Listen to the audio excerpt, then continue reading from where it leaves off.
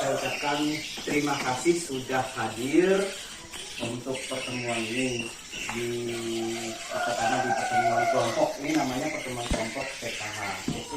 Ada hal yang penting perlu kami sampaikan atau sosialisasi mengenai masalah kesehatan, yaitu yang diarahkan pemerintah melalui kami sebagai tenaga kesos atau kesejahteraan sosial untuk menyampaikan tentang stunting. Pernah dengar tentang stunting? Belum pernah. Stunting itu di mana tumbuh kembang anak itu lebih pendek dari anak seusianya. Ada di sini anaknya itu benar usianya sama, tapi dia kok kecil sendiri gitu kan. Ada di kamu atau dari anak-anak ibu semua ada? Nggak ada ya. Itu ya, puji Tuhan, nggak ada. Salah satu program pemerintah untuk mencegah stunting itu adalah melalui kesehatan di dalam rumah tangga, di dalam keluarga. Menjaga kesehatan itu ada banyak. Ada cuci tangan, ya kan? Nah, cuci tangan pakai sabun. Pernah dengar nggak? Siapa yang sering sosialisasi yang masalah cuci tangan pakai sabun? Ayo, siapa? Kader. Ah betul, kader posyandu atau kader balita sama aja ya. Nggak ada rahasianya. Cuci tangan pakai sabun. Nah, hari ini saya khusus membagikan tentang CTPS, cuci tangan pakai sabun. Mungkin ibu-ibu sudah pernah dengar cuci tangan. Kok cuci tangan aja kita harus diajarin ya, benar tiap hari cuci tangan ya kan? Tapi nggak tahu nggak cuci tangan yang benar tuh tahu nggak sudah? Yang digosok-gosok, di celah-celah, baru dicuci di air mengalir, ya kan gitu kan? Selama ini kita cuci tangan di kobokan gitu cuci. Dan itu termasuk masih kurang bersih sebenarnya, masih kurang bersih. Baru kita makan, habis dari tanah kita baru kita langsung, kalau ibu menyusui misalnya langsung menyusui anaknya tanpa cuci tangan, tanpa membersihkan diri. Banyak kan kayak gitu kan? Yeah. Nah, jadi itu salah satu juga faktor kesehatan yang bisa mempengaruhi gizi kesehatan anak. Nah, nanti nggak cuci tangan bisa diare, ya kan? Virus masuk, gitu kan masuk. Artinya bisa jadi diare, bisa menjadi penyakit yang menular. Jadi hari ini kita belajar sama-sama tentang CTPS. CTPS itu adalah cuci tangan pakai sabun. Apa tadi CTPS? Cuci tangan pakai sabun. Oke, sebentar ibu, luar biasa. Cuci tangan pakai sabun. Nah, lanjut ya. Sering nggak ibu cuci tangan? Sering ya. Terus kapan biasanya ibu cuci tangan? Ibu siapa namanya bu? Ibu Julita. Kapan biasanya ibu cuci tangan? Pas mau ngapain ya gitu? Pas mau makan, pokoknya cuci tangan terus. Pas mau makan, ya, terus Habis makan cuci tangan juga. cuci tangan lagi, terus habis itu ngapain lagi? Setelah apa? Setelah cebok. Betul, setelah cebok. Atau biasa dibilang setelah BAB, ya kan? Biasa itu cuci tangan. Nah, jadi salah satu kapan kita mencuci tangan itu adalah sebelum makan atau setelah makan, setelah BAB, sebelum menyentuh makanan, ya kan? Setelah beraktivitas, contohnya dari kebun, cuci tangan. Selama ini cuci tangannya pakai sabun nggak? Pakai ya, harus pakai sabun. Nah, cuci tangannya seperti apa kalau pakai sabun? Digosok-gosok semuanya ya. Oke, luar biasa. Kenapa harus pakai sabun? Saya mau tanya, ibu, siapa namanya bu? Ibu Mira. Kenapa harus pakai sabun? Kumannya mati. Iya, pintar sekali. Biar kumannya mati. Dia bakteri itu lepas. Biasanya di celah-celah sini kan, ada atau di celah-celah ini ada garis-garis. Biasanya kuman tuh kalau nggak pakai sabun, nah dia biasanya nempel masih di celah-celah sini. Jadi cuci tangan tuh supaya pakai sabun itu supaya kumannya mati, supaya kumannya lepas. Nah, cuci tangan juga itu harus di air yang mengalir. Nah, kalau dicebokan tadi ya cebokan. Kalau di tempat cuci tangan itu bagus nggak? Nggak bagus, karena di situ juga kuman akan masuk ke situ juga. Ibaratnya seperti ini ibu. Kita ambil contoh, ada lada, baru kita taburin di air, baru kita celupkan tangan. Kita tarik tangan kita ladanya masih nempel kan? Yang dalamnya kan kayak butiran-butiran gitu kan, masih nempel. Nah, kalaupun kita celup aja di tempat ada sabun, tetap dia akan masih nempel. Itu lada.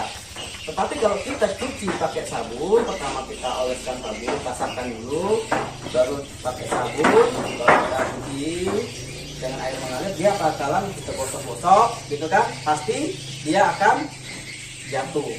Karena kita gosok-gosok, tapi kalau cuma kita celup, maka dia pasti akan masih menempel aja. Jadi ibaratnya seperti itu, kuman itu seperti itu. Kalau cuma kita cuci kayak ini, dia nggak akan bersih, karena di celah-celahnya akan masih nyangkut.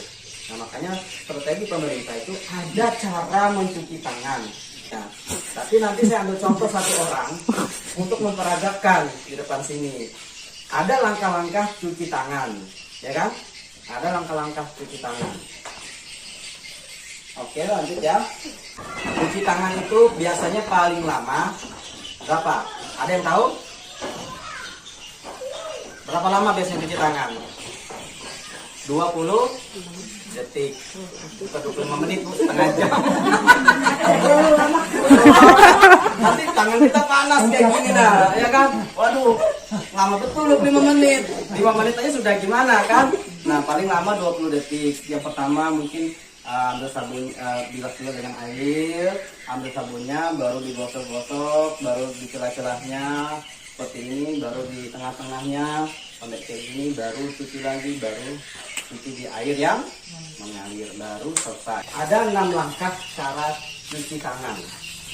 Saya mau satu orang maju, saya nanti tinggal bacakan karena tadi kita nggak ada tempat prakteknya kan, biasanya cuci tangan begini-begini. Saya mau satu orang maju untuk praktek cara cuci tangan. Yang pertama itu kalau di sini usap dan gosok kedua tangan secara lembut dengan arah memutar. Oke, sip. Terus usap dan gosok juga kedua punggung tangan secara bergantian. Nah, oh mantap itunya. Bergantian, Bu. Nah.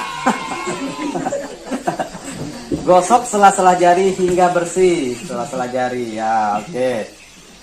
Letakkan ujung jari ke telapak tangan, kemudian gosok perlahan telapak tangannya. Usapkan, letakkan jari-jari ke telapak tangan, kemudian secara bergantian. Nah, itu dia. Lihat ya, paham ya Bu Ibu? Bersihkan ujung jari secara bergantian, posisi saling mengunci.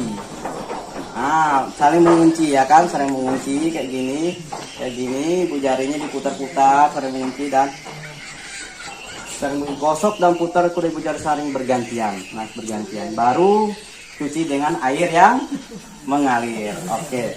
Paham ya? Nanti kalau Bang Udin tanya, suruh maju bisa ya? Oke, silakan duduk ya. Jadi kira-kira kayak gitu ya, cara mencuci tangan. 2 pertanyaan sih di sini. Udah saya siapkan. Ini itu gampang. Ada apakah hal yang membuat ibu sulit untuk mencuci tangan dengan sabun? Adakah hal yang membuat ibu-ibu itu sulit untuk mencuci tangan? Apa itu misalnya? Nah, jadi nanti yang kedua terus mudah mencuci tangan dengan sabun. Hal yang mudah untuk bapak ibu yang mencuci tangan pakai sabun. Nanti sebelah sini kelompok 1, sebelah sini kelompok 2 nanti dibacakan. Ada hal-hal yang membuat bapak ibu sulit untuk mencuci tangan dengan sabun, sebutkan dan tuliskan. Jangan tinggal adek kok. 1. Tidak terbiasa mencuci tangan. 2. Tidak adanya fasilitas air mengalir. 3. Tidak adanya sabun. Apakah ada hal-hal yang memudahkan Bapak, Ibu untuk mencuci tangan dengan sabun? Sebutkan dan tuliskan. 1. Adanya fasilitas air yang mengalir. 2. Adanya perlengkapan mencuci tangan seperti sabun khusus untuk mencuci tangan. Tepuk tangan dulu dong buat kelompok 1. Apakah ada hal-hal yang membuat bapak ibu sulit untuk mencuci tangan dengan sabun? Sebutkan dan tuliskan. 1. Karena tidak ada tempat air mengalir. 2. Karena tidak ada sabun mencuci tangan. 3. Karena tidak ada tempat pemandangan air bersih. Apakah ada hal-hal yang memudahkan bapak ibu untuk mencuci tangan dengan sabun? Sebutkan dan tuliskan. 1. Karena ada tempat air mengalir. 2. Karena ada sabun cuci tangan. 3. Karena ada tempat penampungan air bersih.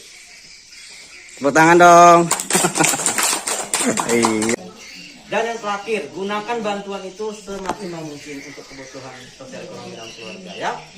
Jadi kita sudah sosialisasikan baik tentang masalah cuci tangan, baik tentang stunting itu sendiri.